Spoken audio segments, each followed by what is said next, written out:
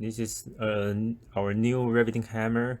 This one is vibrated, reduced a lot, and it's for replacing like 1x and 2x for the traditional riveting hammer. Like for example, like should be like replacing this, and this one should be replacing the 3x, 4x, and 5x. This one, yeah, and so the vibrating reduction is achieved by this special designed piston. It controls the airflow.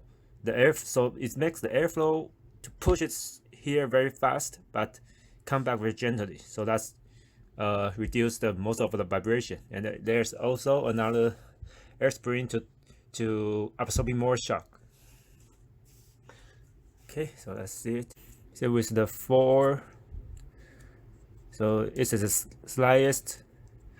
I said that here is about the traditional 1x force, impacting force, and here is like traditional like 2x impact force, or even a little higher. So you can change as you want.